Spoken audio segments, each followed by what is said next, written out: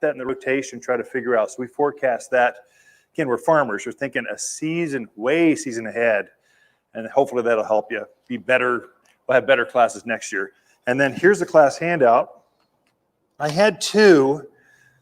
Are we on camera yet? 3 seconds. Okay, I'll wait. All right, so welcome to this week's class. I think it's basically on, what's the title of the class today? Bugs. Common garden pests. Yeah, pests. There you go. Common garden pests. Basically, there's a lot coming alive with the rains and the summer and the heat and the. You can't ask. We haven't even started yet. What? What? Hold on, folks. I know you're tuned in. I wish you were here, but our VIP customers kind of take precedence. Those are virtual, in-person people. Yeah, go ahead.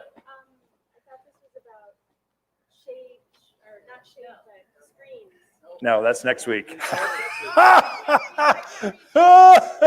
What up? But next week, today it's going to be, it's death and decay, but I also got some inspiration because you can't just talk about killing stuff. That's just not right. So we'll give some inspiration too, but we have a sidebar meeting or something.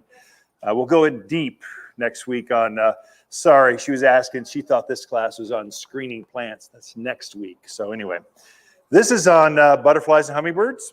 If you want plants to kind of bring in the good wildlife, there's a handout of the plant list. It's got the top local plants that really does work. I'm not going to go very deep on this. I'll show off a couple things up here, but this is much, much more extensive. And Jeremy, maybe you could plop that into the comment field for those folks on Facebook and YouTube so you can capture those things for you. Let me just introduce myself. Oh, let me do this too. I did write, we got to cover bark beetle. Bark beetle is obliterating a lot of the big ancient pine trees. Some of these big trees are collapsing. They're just dying. And so that's bark beetle. It's been past drought stress. So they were stressed a year ago. They just collapsed. And we have to cover some of that. I wrote an article, a one-page pamphlet. Here's how to deal with bark beetle.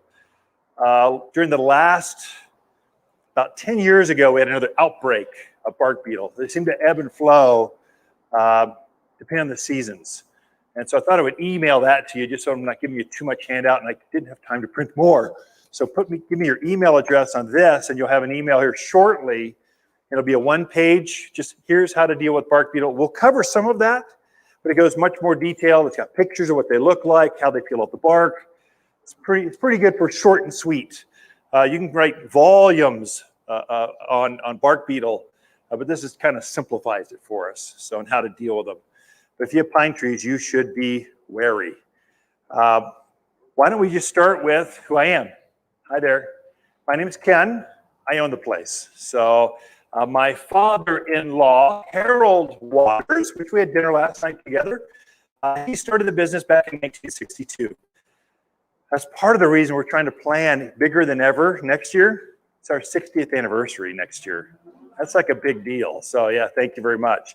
So we're trying to get, what does spring open house look like? What does Mother's Day look like? You can't just go normal. It's got to be like sprinkle fairy dust on it, make it better. And so we're trying to plan all those things. And we start now to the end of the year. We'll kind of do all that. My wife works here with me. So this is a husband-wife team. Some of my kids are working with me. So Jeremy is my son-in-law, the also tech guru. So he makes us look good online and stuff. His wife works here, Kate. She's see a real pretty tall blonde sitting down there. That's Kate. That's his husband, his daughter, his wife, my daughter. Anyway, how we get confused. I know. Oh my gosh. I've got twin daughters that are working today, Megan and Mackenzie. If you see two gals, if someone's up here helping you with flowers and then you go downstairs and someone's checking you out, they look exactly the same. They're sisters. And so that's kind of the family. Got anytime you'll see 2-3 dogs run around. So our family dogs are kind of trained to kind of greet people, that kind of stuff. So that's kind of who we are, who we've been. We just like plants and connecting plants and people together. These classes are meant to be timely. And so it helps you when things are starting to happen in the gardens. Hopefully you got a class to help you kind of highlight what should I be looking at. Again, our goal, you're always going to make mistakes with gardening. The goal is to make mistakes without going backwards. You just always want to make mistakes going in the right direction. You just correct at that point. That's gardening truly. With the monsoon rains come two things. Weeds, like crazy, and then bugs. Bugs start to show up. Everything grows faster this time of year. I mean, everything. It's almost like a second planting season. So spring is the most popular time, but I find my most successful gardens are now. Because in the spring, you've got brand new tender growth. There's huge temperature swings. It'll be 70 during the day and like 20 at night. Just huge temperature swings. Wind, just dry wind, like 10% humidity is normal in the spring. So it's really hard on these new plants just starting to root up. Right now, the soil is warm. They root out. I mean, just you put them in the ground, they start to root now. It's humid. There's cloud cover. So it's warm, but there's cloud cover. So you don't like perspire. And if you're hot outside, so are your plants. Sometimes they perspire so fast in June that they literally can't, their roots can't keep up with how fast they're sweating. And so they just get these brown tips. They start looking really rough. And so July typically starts the monsoon season where the humidity jumps. It goes from 10% to 30%, which is high for us. I know you Southern folks are like, 30%, that's like nothing. I'm used to 99%. We aren't. Here it's humid. You can kind of feel it right now. And then we'll get an afternoon rain sometimes. It just depends. So that's all really good for making things grow fast. What also grows fast, your plants, you put a new fruit tree, shade tree, if you got hit by that hail, you put a new pepper in, or you can actually catch up because it'll grow so fast. Whereas in the spring, you'll put it in, it's like sitting there looking at you slowly because the soil just is cold. Now it just takes off. So do your weeds. So this is when tumbleweeds go from cute little things to shoop like this. Like in just a couple of weeks, it just takes off. They're growing really, really fast. Your goat head, the one, it's a real pretty ground cover. It's about this big around, beautiful little ground cover. Except when you lift it up, it's got these thorns on it that just like by the hundreds underneath this. And so your dogs walk on there and start limping around. I've seen them actually pop tractor tires. It's an invasive, nasty weed. They go from cute to shunk. Literally just almost overnight because of all the moisture, the warm temperature, all those things we were just talking about. So do your, hold on, I know you can hear that. We're live here at the Garden Center. Hold on.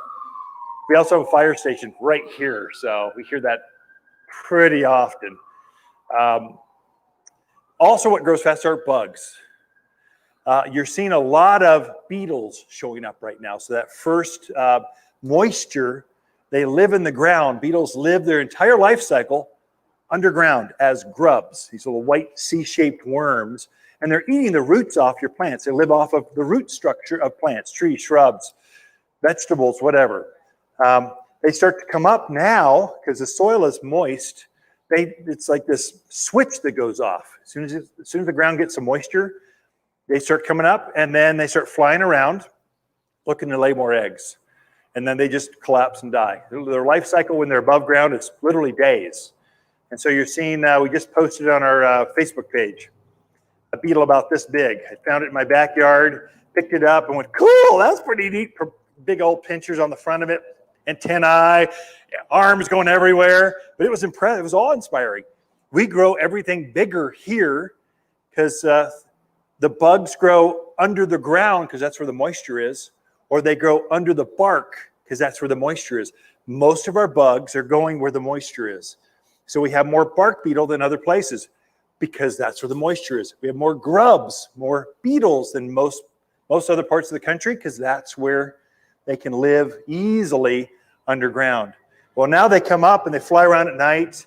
There's a pretty green beetle, iridescent green beetle right now. It's called June bugs. I guess now it's a little late, July bug. Anyway, it's a pretty little, there's lots of bugs, probably hundreds of varieties. None of them are a problem for your gardens when they're flying around. They're a problem when they lay their eggs and the grubs start to get in your gardens, they start eating the roots off your plants. That is not good. So whenever you're planting a new plant, if you run into this white worm, be very cautious. You want to probably bait that entire part of the garden and get rid of those grubs. Or if they have a grub killer, I don't know if I brought that up here. I'm sure I did, but basically there's a grub killer you spread on the ground. Just takes them out, just like that. So grubs love, the lower part of my gardens, there's this beautiful, ancient juniper tree. Shades pretty much a tenth of the property, just huge, double trunk. It's so beautiful, I've trimmed it up. I've got art underneath it, I downlight it, uplight it. It's got character. If I were to lose that tree, it would hurt me. The property value would collapse because this ancient tree was taken out. And so the beetles love that part of the garden. They love the shade, the moisture, something about that part of the garden. So I'm always finding grubs there. They seem to always come out, lay eggs there. They just know this is the place. And so I kind of annually, I just treat that area with a grub killer because I know I'm going to have a problem. If you see grubs in your gardens, if you're from the Mideast, Midwest, or places where you're not used to dealing with that, put it on your radar. Literally had a customer earlier this spring, his 8-year-old locust fell over in the wind because of grubs. Had another customer with a very large rhododendron. He's going, why did it die? This thing's ancient. It's been in for like 5, 6, 7 years, fully rooted.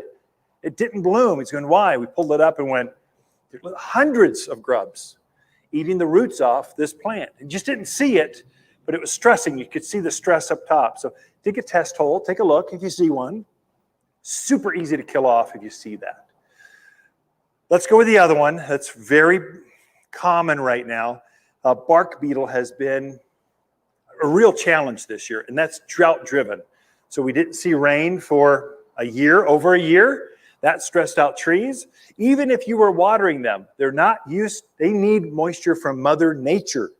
Yes, you can take the edge off, but you can't supplement. I don't care how good you are. Mother Nature, the water temperature, the pH, the nitrogen charge, lightning charge. Rain is like nature's milk for plants. It's the best. So yeah, you can take the edge off with some really high alkaline hose water, but it's just not the same. And so as a plant gets stressed, they send off these signals, this turpentine kind of smell, where bark beetle goes, oh, that guy is stressed. And once one bark beetle starts going after a tree, they send off these pheromones that attract like a party. Like bring chips, soda, beer. Party's here. We're going after this tree because it's easy prey. The plant is dry, it's stressed out. It can't defend itself. If you help the plant kind of take the edge off, the plant can actually be robust enough to actually repel or take care of bark beetles. The sap is flowing where it can flush these things out, kind of drown them, that kind of stuff.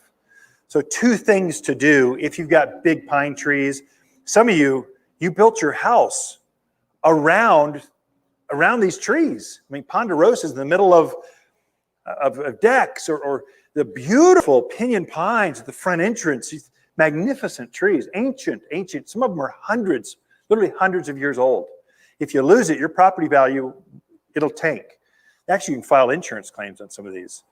And so protect them, really take care of them. So I do 2 things. For mine, I treated mine earlier in spring. If you haven't done it yet, do it now. If you've already done it in last spring, you're good for a year. So you treat this once, and then it's good for the entire season.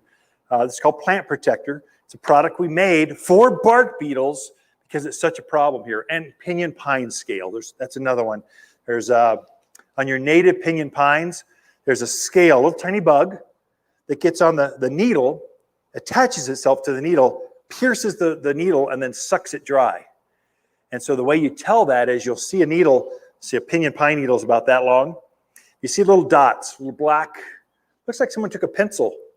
You just put a little dot on there. That is an insect. And it's got a scale covering over it that keeps ladybugs and praying mantis from getting to it. Thus the name a scale. It's a scaled insect. If you treat this at the base, so you pour this right at the trunk where the crown meets the soil, you pour it right there, the plant will actually take it, absorb it, take it up underneath the cammulator, underneath the bark, that sap, and it'll taint the sap up and down the bark and going out to the branches. And so if you've got bark beetle eating that or girdling that live wood just underneath the bark, it'll keep them in check. And it'll also affect the tip. So it takes care of aphids, scale, that kind of stuff. Ciliads, they'll show up pretty quick. That's a I can describe insects. Ciliads are on pine trees, and it looked like a spider web or a bird nest at the end. You know, what the heck is that? Dead things are gathering at the end of these needles. And so you go, what is that? And you look at it, there's a little tiny, tiny bug at the end, and they eat the tips, the new growth on your pine trees.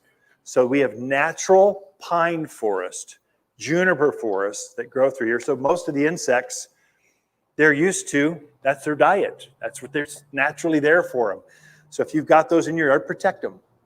Now, a lot of your ornamentals, like Austrian pine, Scotch pine, some of your ornamental junipers, like Wichita blues, Spartans, they're less prone to bugs. I don't know why. They've just been trained. First of all, usually they're bred for their activity. They just grow faster. They're more vibrant. Plus, I think younger trees, they're kind of like people. When they're younger, if they get sick, they don't get sick very long. If they get injured, they don't get injured very long. They have a way of rebounding.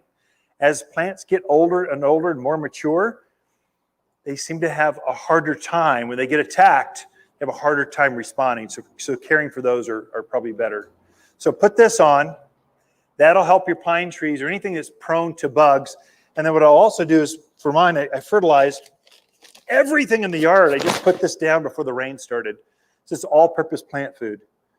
This is cottonseed meal, bird guano, iron, sulfur. It's a formula. It's a recipe we put together here for our plants.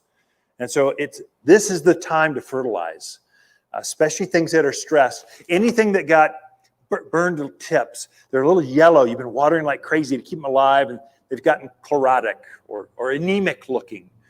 Now's the time to fertilize. It'll green them right up, and you're in a whole nother growth pattern.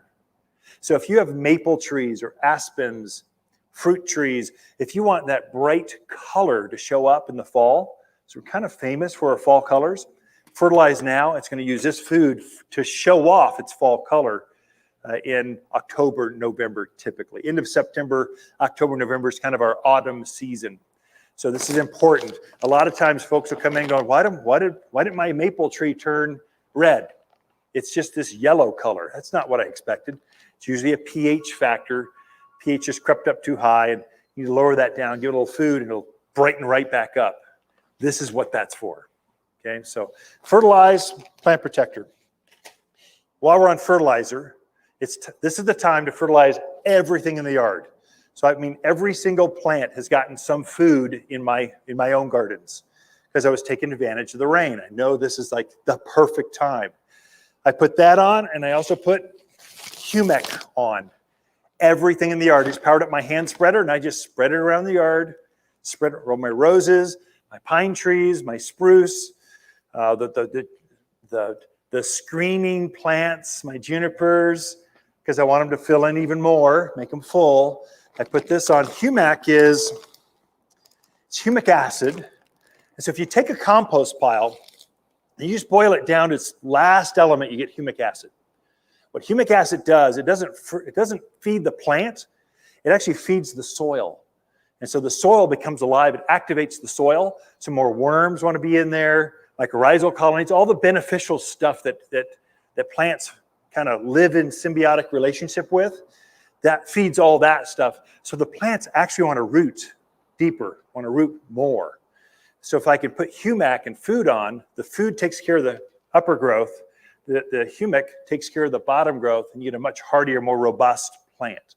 And summer is the time to really take advantage of that because plants they're just growing so fast right now. You can encourage healthier plants by doing that right now. Now through really the end of the month if you can, but the monsoons typically last through August, first part of September. You'll have this wet pattern, and then it kind of dries out again. It's our typical monsoon pattern, which we're above average right now. Have you seen that? So I think we're close, just shy of 2 inches. But we've had over 3 inches here. So it's spotty. It's not everywhere. Some people, the folks on the backside of Granite Mountain, they're complaining because I haven't seen any rain. Well, come into the heart of the country, heart of the city. Get out from that mountain. Come into we've had over 3 inches. Yeah. This is good for everything. Iris, yes.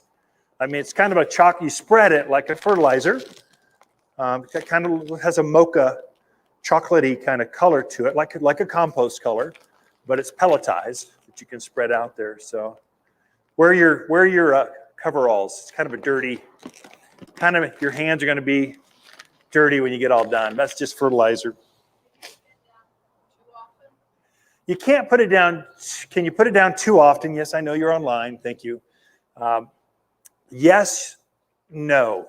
So these are organics. It's hard to put organics down too much because they break down so slowly. And the plant, they're usually a lower number. So this is 7-4-4, 7% nitrogen, 4% phosphorus, 4% potash.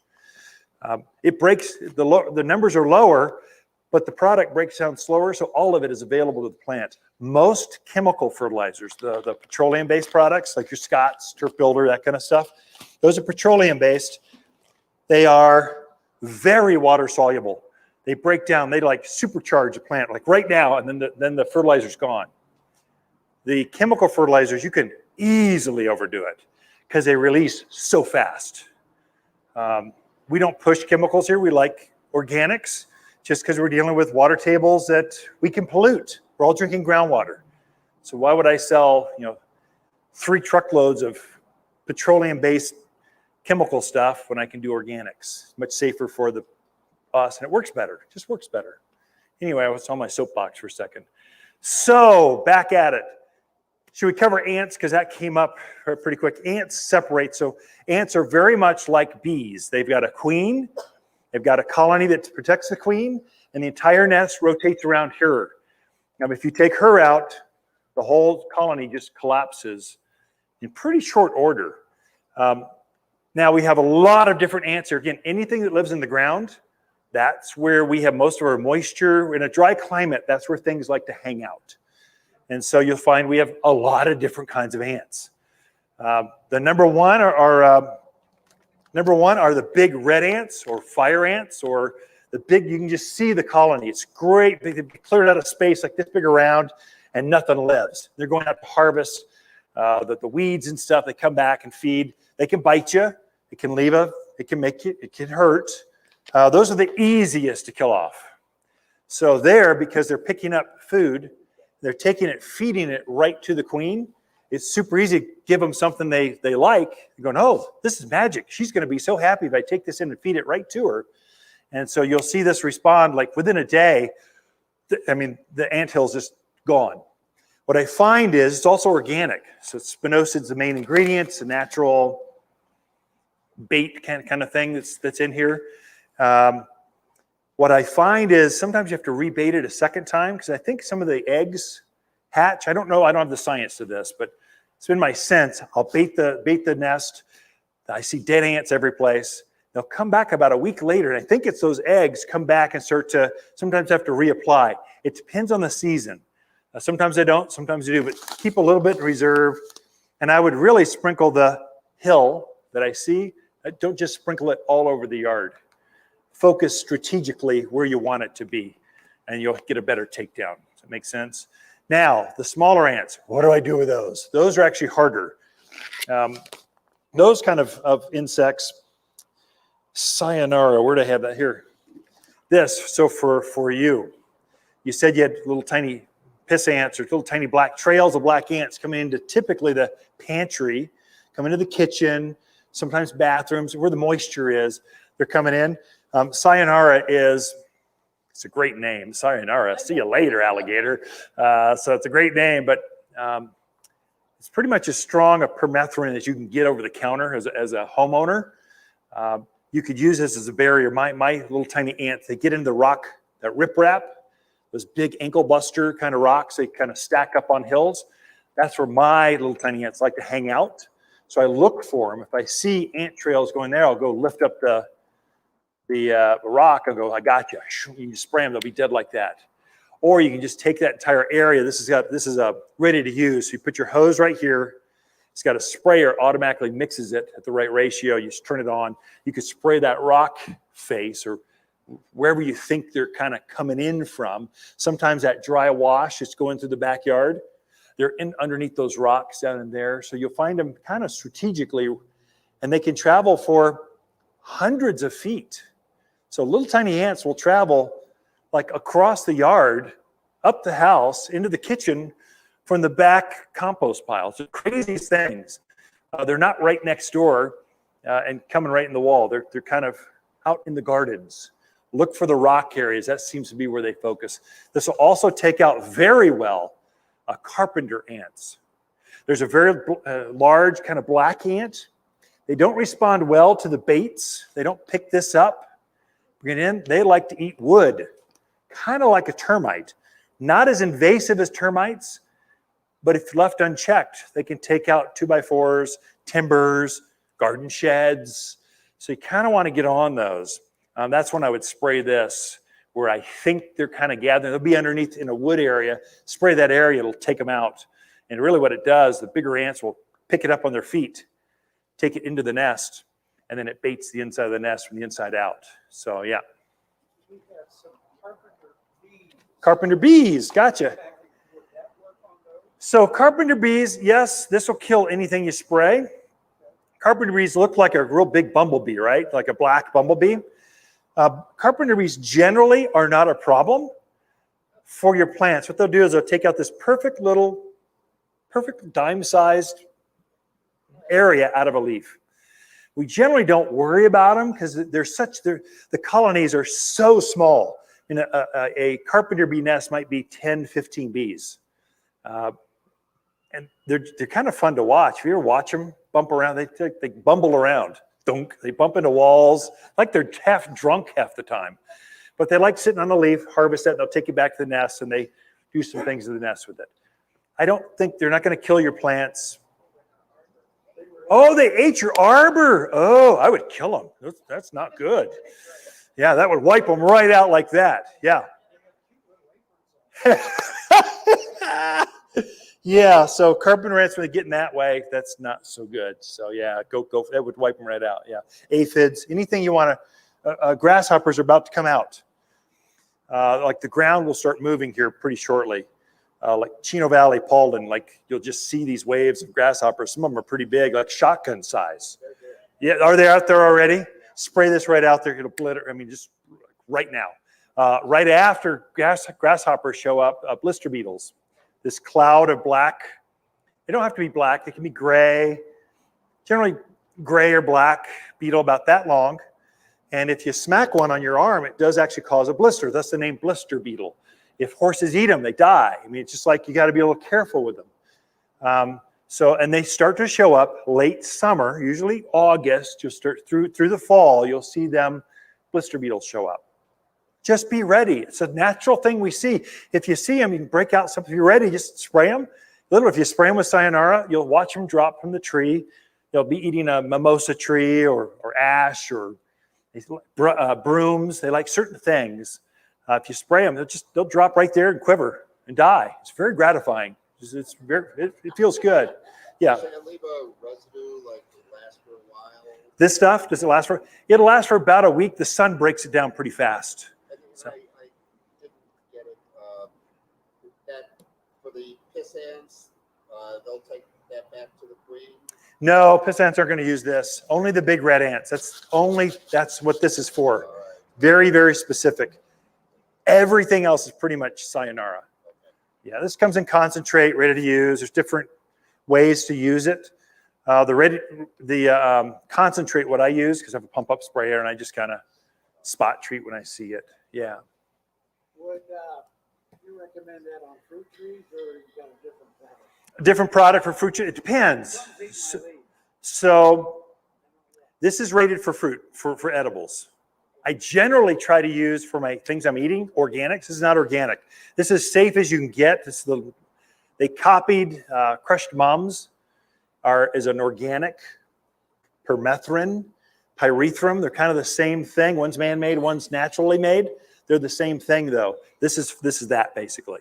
We just found a stronger concentrate, so it's more effective. For fruit trees specifically, right now, let's just cover that. So apples and pears, they get codling moth. There's this worm that gets into the fruits. And so if you're a fruit tree, if you're a fruit grower, This is a concern. You don't want to pick off this beautiful apple and then like you jump into it and like this worm is like half eaten as you munch on thinking how good this thing is. Well, these are new trees. New? They're not producing anything. Gotcha. So there it doesn't matter as much. Spray with whatever you got. Cyanide is great. Aphids have been out right now. So they've been really bad this year. Thrip were bad, then aphids took over. And now as we get hot again, they'll fade, and then it'll be the grasshoppers and blister beetles. There's a cycle of insects that show up. So there, go ahead and spray them. Bark for codling moth, that worm, it gets mainly into apples and pears. It likes those two plants. Same moth, basically. It's a real cute little moth, about that big. They'll come in at dusk, basically. And when they're laying eggs, you can watch the tree almost comes alive. It's really pretty when the sun kind of goes down behind it. Watch it just kind of flutter around by the thousands. I mean, moths by the thousands. And they're laying eggs on the fruit. And it hatches, goes in, and that's where you get those exit and entrance tunnels. Codling moth is very, very easy to kill. Traps are out. Yeah, traps are trapped.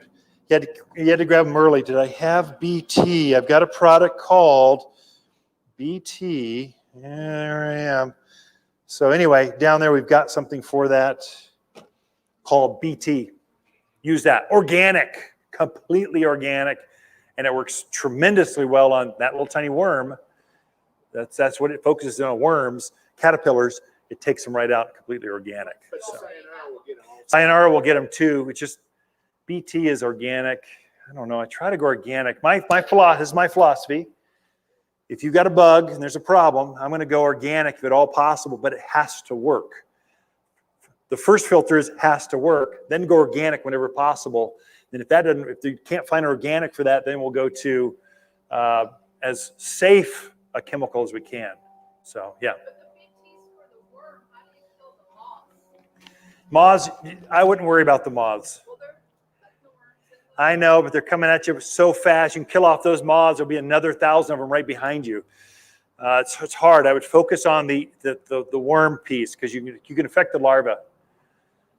Grasshoppers. Let's talk about that because since they're coming out, this is the time to really go after them.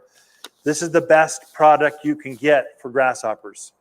This is no-low bait. I don't know if you can see that online, but no-low bait. It's wheat. Basically, they've laced with a virus. It's like biological control. I sprinkle little tiny piles around the outer edge of the gardens, the fence line. They're attracted to it. They eat it. And then it works on them from the inside out. And then it kind of spreads throughout the colony. And so it affects any eggs that they lay, gets this virus in. It's kind of like coronavirus in wheat form for grasshoppers and crickets, those two things. So they're destroying my hollyhocks. Do I just put that in at the ground level? So hollyhocks, they like hollyhocks. Yeah, they like my sage or certain things they're liking. Roses. So if it's gotten to that stage, I'd probably take the sayonara and spray them for short-term fix. Like right now, I want them dead. I want to see you quivering right now. Sayonara. This would be my longer-term fix. So you've got waves upon waves, and there's multiple hatchings. So it's not just once and they're done. There'll be a wave in spring of grasshoppers, and another wave. You see these different sizes come at you, different varieties showing up. This will actually affect the colonies this year and next. So it kind of gets to any eggs they're laying. So it's kind of the long-term approach. Big properties. This is 1 pound. This will cover an acre.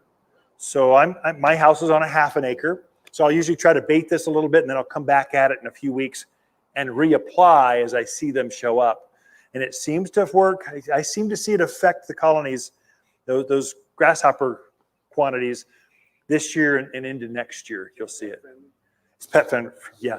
It's very, very specific to grasshoppers, and that is it. And crickets. If you got a lot of crickets aren't a real big thing here, but they're attracted to it as well. So if they're keeping you up at night, this works really well. So no-low bait, yeah. So this looks like wheat. Yeah. What about birds? Birds, if they eat it, no problem. Okay. Doesn't affect, it's like nutrition. It's fine. If you have chickens, I wouldn't worry about it. Just goes at that virus. Again, if we're going for biological control, it's only focused in on the gut of a grasshopper. So and that's a unique kind of insect. Yeah. Nolo, N-O-L-O, Nolo bait. Yeah, and you can come take a picture of it later. This is one too, if you've got grasshoppers. Kind of an insider tip, it's dated. So you always want a fresh. This was in May, so it's good for 90 days. They say a little bit longer. We try to keep it in 90 days. We want it fresh, because it's a living, breathing thing. If you saw it from last year, it is totally not effective. You're just feeding grasshoppers to make them as healthy and robust and strong as possible. The virus piece is out. You want to really watch it, and then don't leave any of this in the garage. You want to use it all up this year because it's only effective if you have it camp out over the winter. It's not effective. So it's kind of a unique product. This is also one too. I'm going to run out. So this is one of those COVID things that I was lucky to get it. We called in all kinds of favors. We had like 200 cases, 200 units come in, and what you see on the shelf, that's all I got left. And we're just at the beginning. I've tried to get more, and it's like, so to my friends, grab it while you can, because there won't be more. It's not like you go, I'll go to the internet. No, you won't, because people from Maryland, I just shipped off 2 of these to Maryland because they can't find it. So it's just this stupid supply thing that's happening. Anyway, Nolo bait. Okay, yes. I want to get aphids, but I don't want to get praying mantises. Sure. So this is aphids. So I brought an example. So this is a milkweed. I don't know if you can see them right there at the tip. So they've taken on the color of the plant. And so that's what aphids. Can you see that? You probably can't see that online. Anyway, that's aphid. You're seeing it right here. I was roaming around this morning looking for bugs. We're pretty good at keeping on top of things. This will be sprayed right after this class. It'll be gone. Just on this one plant. So they focused in. Again, bugs are they like parties. They don't want to be lone rangers because now they're vulnerable to praying mantis and ladybugs, that kind of stuff. So what do you do for not to kill your good bugs, but take out the bad bugs? Bees would be another one. How do I not take out bees, but I keep except for carpenter bees, then yeah, we want them out. Here what I generally do is spray in the morning. That's when these guys are really active. The bees aren't quite up yet. They're kind of slow to wake up. You kind of spray in the morning. It's also less windy. So, and a lot of our good insects, they got a hard exoskeleton, kind of rolls off of them, so it's harder to kill them. Whereas aphids have a very soft body that just wipe them right out. So timing, that kind of stuff. So what do you do for aphids? Anything will kill an aphid. I could probably spit on this. They'd probably kill them. Soap and water. We're really using, what we use a lot of here at the garden center is triple action. Have some of that. Yeah, here. We use a lot of triple action. Just because we're dealing with consumers, it's us. We're dealing with plants. I don't want to kill off the staff. You just want to be as safe as you can. If anyone's going to get cancer, it's going to be me because I'm here making a career out of this. I just want to be safe. It just makes sense. This is neem oil, N-E-E-M. So neem oil is a natural, organic spray, and it affects the soft body, smaller insects. Once you get to the bigger stuff, grasshoppers, blister beetles, the big hard exoskeleton kind of stuff, sayonara is the better of the two. So I always have these 2 things in my garage. So I always try to start here, but if I need to, I'll go to the big guns. So ants, I do this. Grasshoppers, I'll do this. Blister beetles, earwigs. I got this little black beetle when you're in the TV room, lay on the floor watching a show, the beetles are crawling over you. That's not acceptable in my house. I'll spray the barrier. That's a great barrier around the edge to kind of keep things out. I know you've got like yard service and bug controls, but sometimes they're not frequent enough or they've missed a spot. This is kind of your go-to. This is where my vegetable gardens, fruit trees, this is my first line. So I get mildew. There's this white spore, white coating gets on roses. It'll turn the leaves kind of white. It's called powdery mildew. Also gets on my pumpkins and squash. Just every year it coats the foliage. I know it's going to happen. And so right now I'm preventing that. So every couple of weeks, I'll go out and mist the foliage in my vegetable garden. just to keep the powdery mildew at bay, because I just know it's going to come. It's the humidity. This is the perfect environment for growing leaf spots and mildews and that kind of stuff. One thing to watch too, watch when you water. Don't water at night. It'll just cause problems. Now I know we can come buy a bunch of solutions. I still got some grad school payments to make, so for my daughters, so I need to sell you stuff, but to my friends, you kind of want to know, you don't want that problem in your yard. If you water in the morning, like dawn, hydrate things in the morning so that they can go through the heat of the day fully hydrated, and then try to avoid watering late in the evening. Because if plants get really wet and then it's humid and it's warm, that's when all your diseases start to grow. So I try not to water in the evening. Now, sometimes you just have to top things off, and that's okay. It's going to rain. That's okay. But as a general rule, don't set that clock to come on at 8 o'clock at night. That's what Phoenix does. And at midnight, it's still 100 degrees out. I mean, that's why we don't live down there. Who lives 10 miles from the sun? That's crazy. We cool down and things stay moist. And so that's what breeds the bacterial kind of stuff. So that's one tip I can give you right now to be a game changer for you. What else? Man, we've gone 45 minutes just doing bugs. I didn't expect that. Okay. Snails and slugs, we should cover that because I've found some of those. They come out when the humidity comes out. They're like vinca, ground cover kind of stuff. Snail and slugs. I like my yarrow.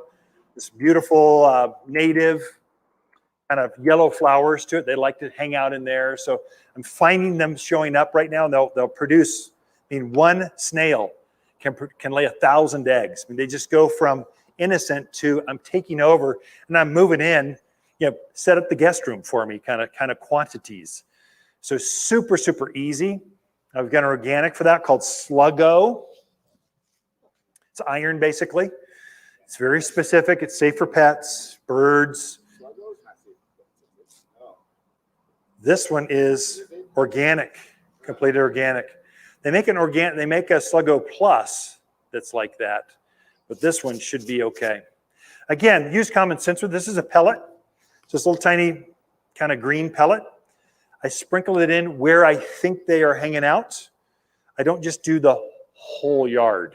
I'm trying to focus in on where I have the issues so I can mitigate some of my, if a little puppy dog gets sick, there's a divorce. It's over. There's no recovery from that. It's just, if anything happens to the pets, kids, it's not as important, but the pets, something happens, it's a problem. And so this should be pretty safe. I've never had a problem with that. Yeah. Yeah. Beer. Oh, beer. Now, as a beer brewer, that's offensive to me. I would never waste beer in the yard for slugs. But yes, they can get in there. I find it doesn't take them out fast enough if they really get busy. This time of year, they grow so fast, they start moving around the yard.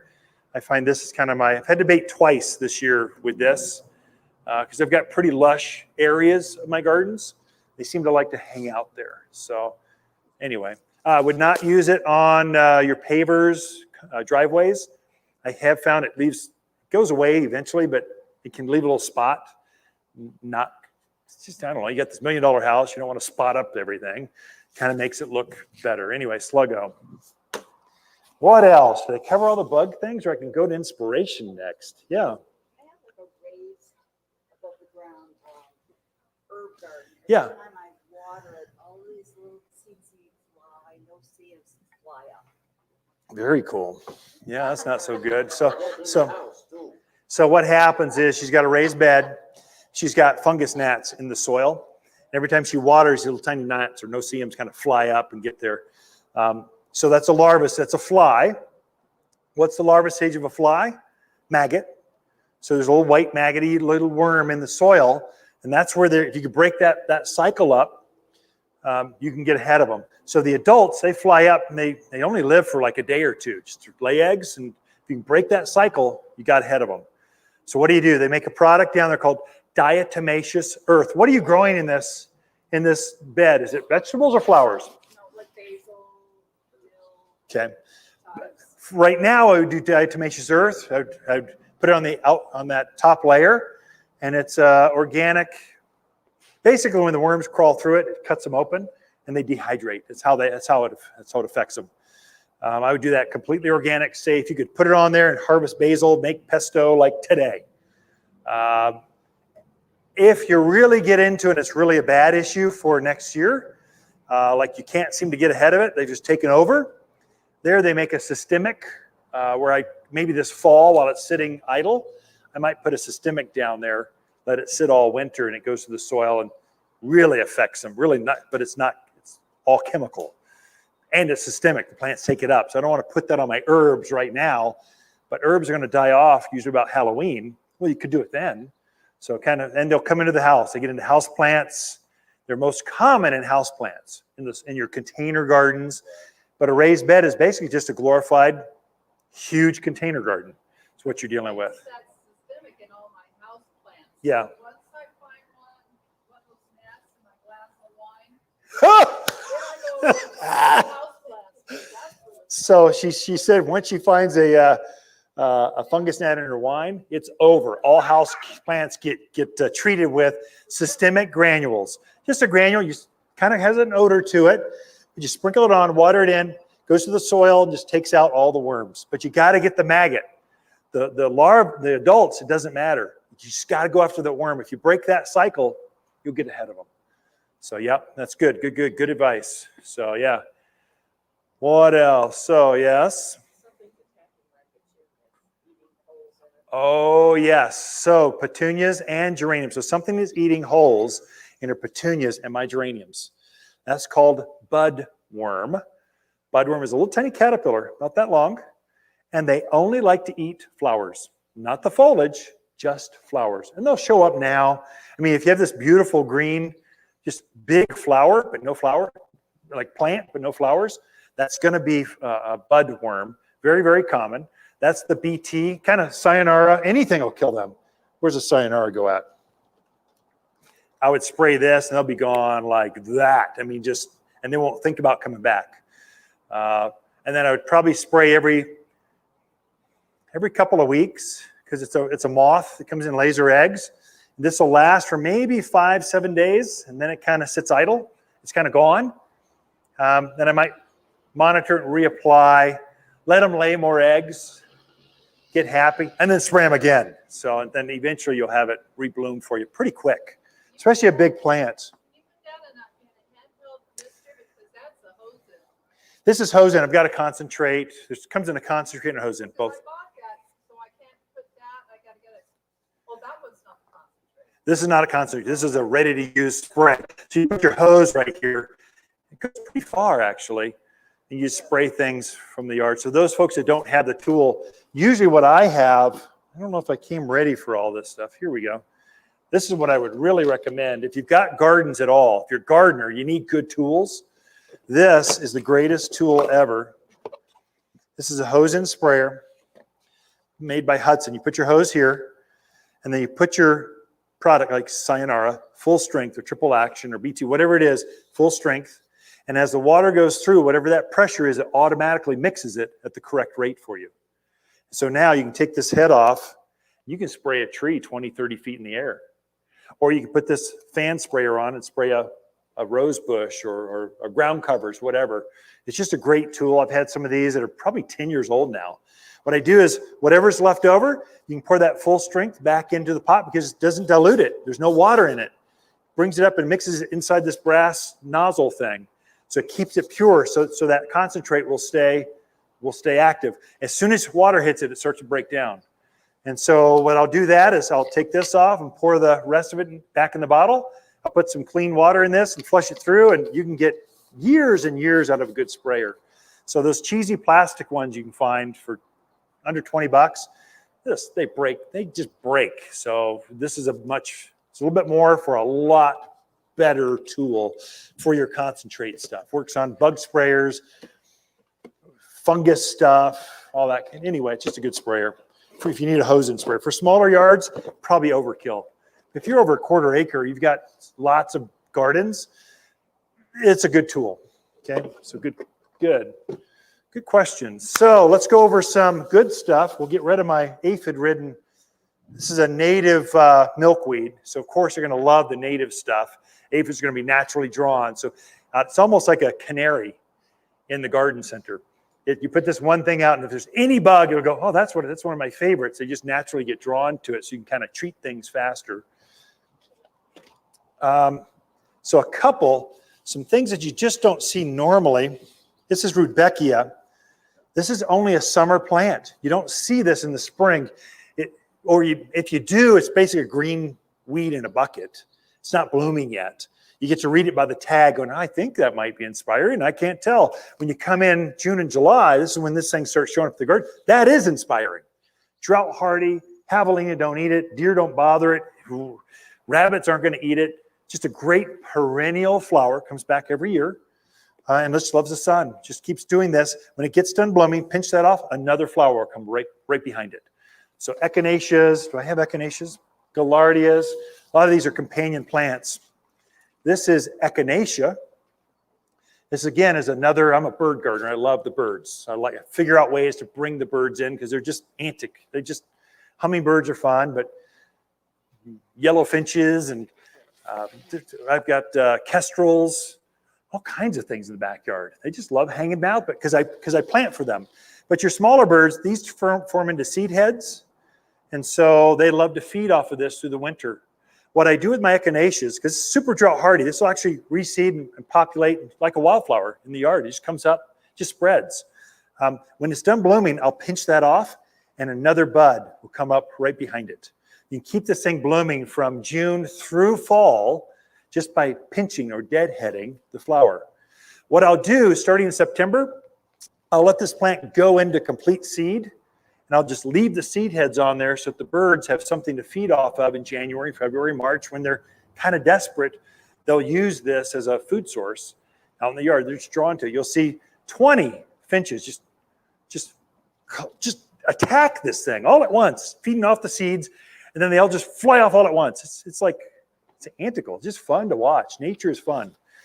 So both of these are good, strong, sun-loving choices. This is another, while we're on bird stuff, I plant this one for my birds. This is Autumn Joy sedum. Sedums are very robust plants. So they're kind of like cactus without the thorns. They have a lot of moisture in their foliage. And so this plant looks good in the autumn. So these are the flower heads, not in bloom yet, but erupt in pink flowers that all autumn, all fall, will just be covered in flowers. That's the name Autumn Joy sedum. What I find is I'll plant this in the spring because it resets and hibernates underground. As the new growth comes up in the spring, my little tiny birds, when there's not much there for them to eat yet, but they're migrating through, they're coming up, they love to nibble on the foliage of this plant. And so once their natural stuff starts to come up, their wildflowers or their grasses that they naturally like, they take the pressure off of this and then it goes up to bloom. So it starts to elongate and does this. So I purposely put several of these out there just for the birds. And if it blooms, fine. It's just fun to watch the different animals taken advantage of when they're so desperate, especially this year. The drought year, they really had a hard time. So, but not in our yard. So I heard some gardeners going, where'd all the birds go? I haven't seen any birds. I think the droughts, there's global warming. They're going, well, now just put some water out for them. A couple plants. They're all over at my yard. That's where they're at. So because I had the water and stuff for them. Two that are companions that are kind of my two favorites. This is cat mint. Cat mint, not catnip, cat mint. Mint, if you have the foliage, you'll have the sagey kind of smell to it. Minty, kind of rich smell to it, which means animals aren't going to eat this. Pack rats, rabbits, they don't like it. It starts blooming in April. After its first flush, I've already cut it back already once, and now it's in full bloom again. So you can keep this thing pulsating waves, kind of like roses. Roses have this huge flush of flowers. You deadhead them, it'll come right back into flower again. This does something similar. It gets about knee-high, I don't know, just 2.5 feet tall, mounding shapes, not quite a ground cover. It's like a mound. Really pretty plant. So great hardy, drought hardy, full sun kind of plant for our gardens. It's perennial, yeah. All these are perennials for you. Not all. Most of these are perennials for you. This is very common. You'll see this in the neighborhood. This is red hot poker. Red hot poker gets this kind of yucca kind of foliage to it. Animals don't eat it again. Again, it's perennial, shrub, kind of in that shrub realm. The normal one gets about this big. It's almost too big for patios, containers next to the driveway. It gets too big. This is a dwarf variety. So it's half size. So instead of this big, it's only going to, this is mature. It's going to maybe 18 inches, but it has that same flower, and they bred different colors. They got banana colors, these bright peachy colors, whereas normally it's just this red and yellow kind of thing. So we're trying to introduce more of these really robust kind of perennials that show you more options in your garden. Same with butterfly bush. Did I bring some of those? Butterfly. I don't have any butterfly bush, but butterfly bush, they're famous. They actually bring butterflies in. Everyone's familiar with the dark knight, this huge, I mean, just 12-foot beast. I mean, children's dogs have been lost in butterfly bush. Just too aggressive. And so we're trying to introduce smaller varieties or dwarfed varieties. So we've got probably a dozen different colors, and most of them are hip high, even ground cover, kind of in this range. And now you don't have to prune them back so much. They don't take over.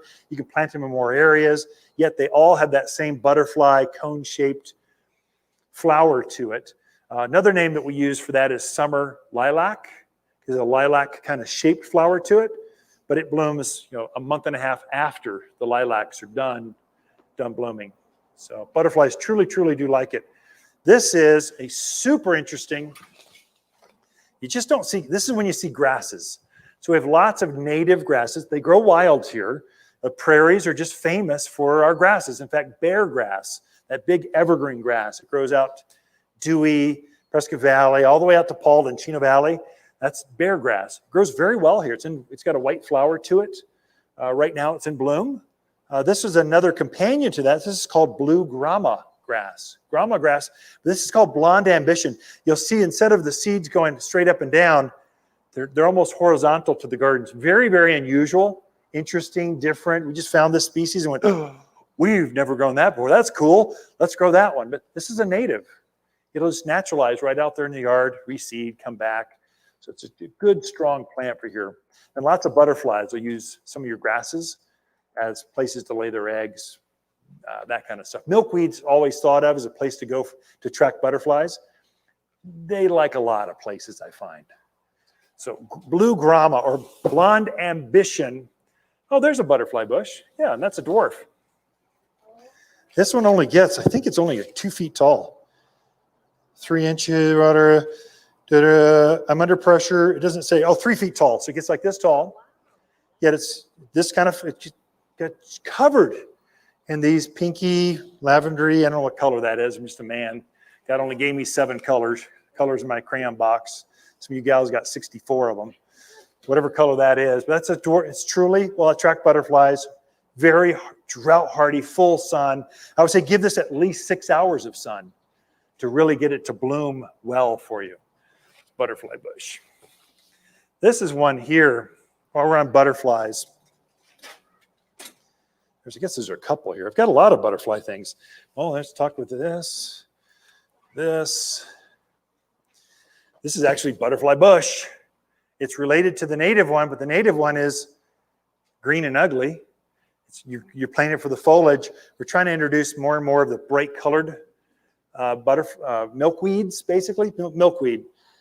It's just starting to go into seed, that's that. It's kind of a cool little seed head to it. It can actually reseed sometimes. But butterflies love this. It's a pollinator. Little moths get on it, I find. Bumblebees seem to like it. So bees like blues and yellows. It's guaranteed they're going to go after blues and yellows. So milkweed.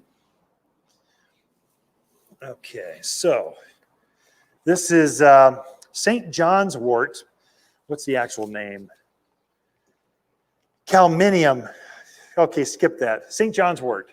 So I don't know where they came up with calminium, but this is a super drought hardy. I would say this is a companion plant like Russian sage. It's much more It's not as weedy.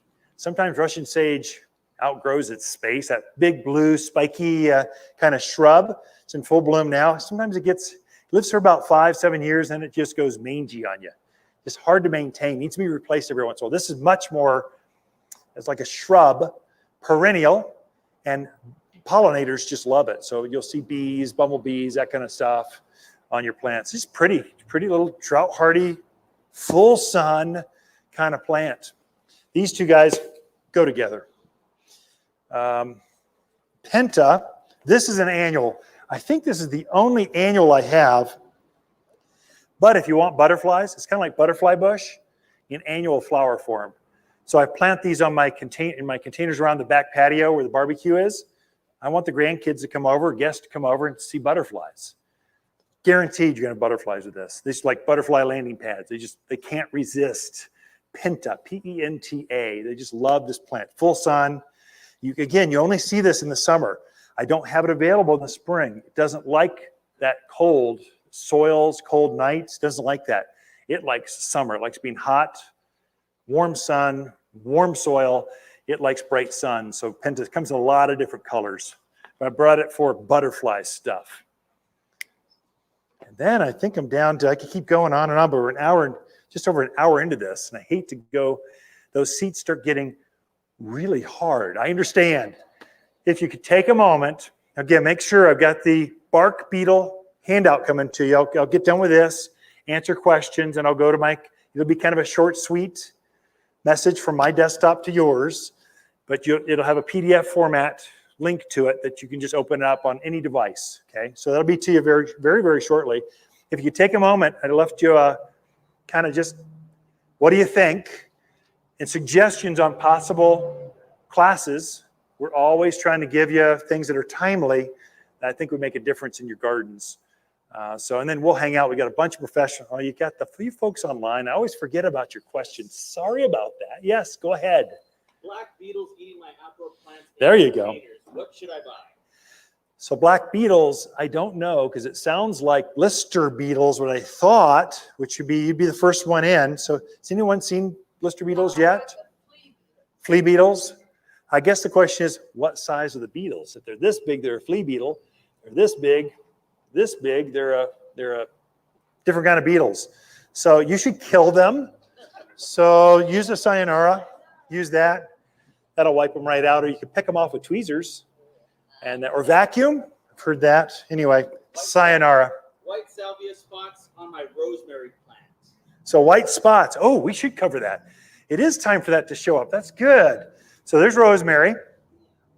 There's two they seem to like. Do I have a salvia? Salvia, sage. Not that I see. Do you see it? There you go, right here. So spittlebug likes these two plants. I think you're describing spittlebug. I haven't seen it yet at the garden center, but it's about time that they show up when the rains come. So spittlebug, it looks like someone hawked up a big loogie and spit it on the plant. Thus the name spittlebug. Underneath this white mucus kind of spot, maybe it can vary a little bit. It's kind of a runny thing. There'll be a little tan colored bug. He's just eating the sap and causing this mucus basically to protect itself, keep all the predators away from it. It's a defense. Very, very easy to kill. I would use the triple action. Just keep it organic. Do I have triple? Get mixed up with all this stuff. Use that. I've got that ready to use for like one plant. Just get one of those. Spray that little mucus, white spittle area. It'll take them right out. I've also seen spittle bugs on grapes. Certain things where you see this white mucus, you'll know it going, oh, that looks like someone just, what is that? What'd they do? Could be a sick bird. It didn't, had the runs. Kind of looks like that. You betcha. Two they get on are rosemary and salvias. That's their kind of the most customers coming in going, what is this? Going, spittle. We know what it is while you're walking out of your car. We spotted it so many times. We can tell you how to kind of deal with that one. If we get into some weird stuff, so the above average rain is going to cause a difference in the season. I don't know what that difference is going to be, but it'll be some kind of mutant bug we haven't seen in 5 years will show up and it'll do damage. If you see that, capture one, put it in a Ziploc baggie, and bring it in. We've got a microscope downstairs. We can actually put it underneath there and we can identify exactly what it is and how to deal with it. So that's kind of what we do all summer long. But don't let it go. Things grow. Everything grows fast. Plants grow fast. Bugs grow fast. Weeds grow fast. Well, let me get your question in just a second. I'll get one more thing on weeds because I think I saw decimate here. Did I see that? Yeah, decimate. It's the best weed killer ever for the mountains of Arizona. It trumps, can't say Trump anymore, can you?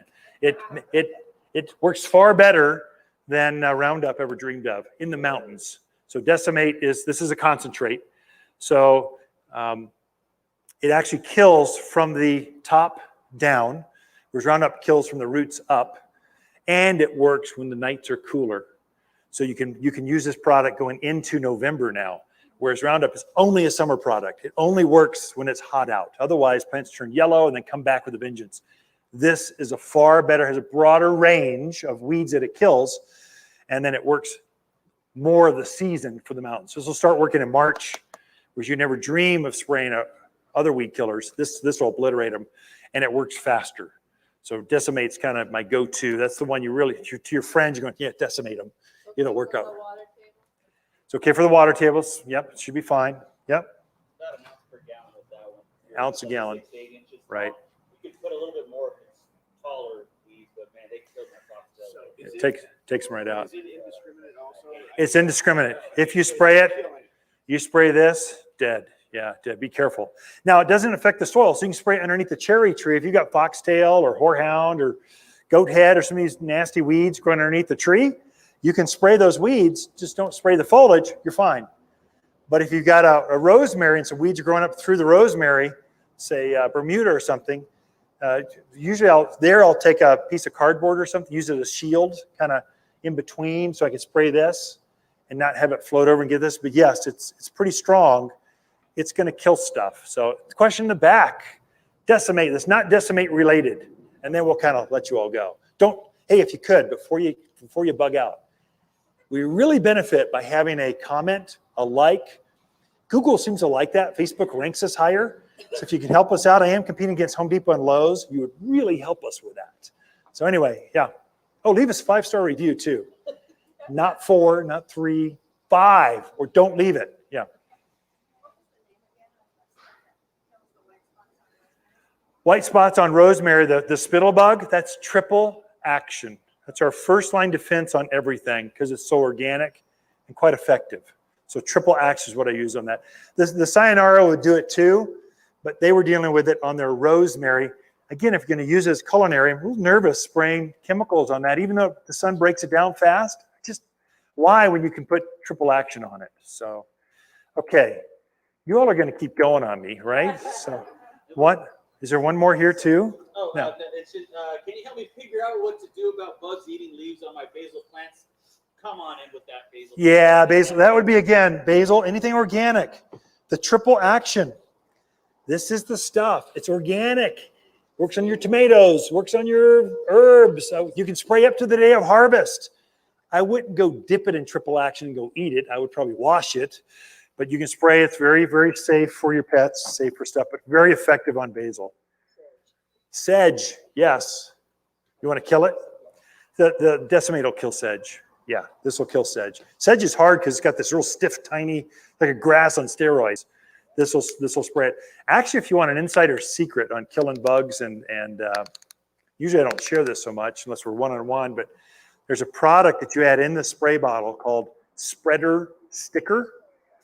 You put it in the container with the killer, and what it does, the spreader sticker makes this stick to the plant or to the bug or to the weed better, stronger. It coats it so it can't get away.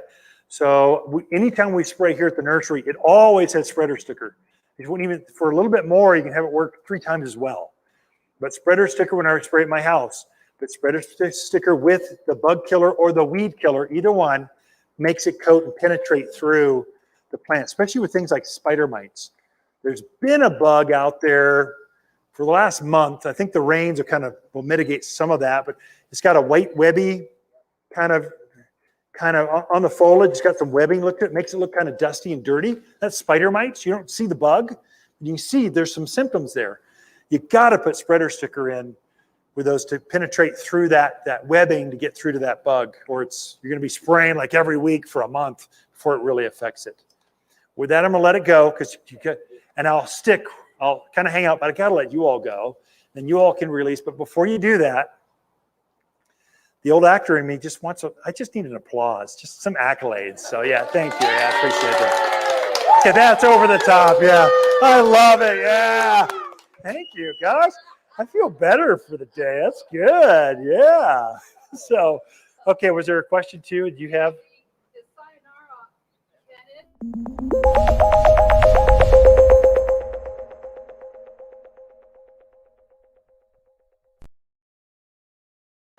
Monsoon. Yeah, right. So I can put that early because I know they're gonna go back.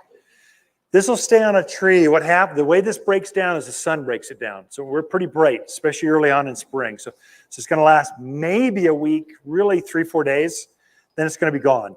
So preventative. Hey, thank you all.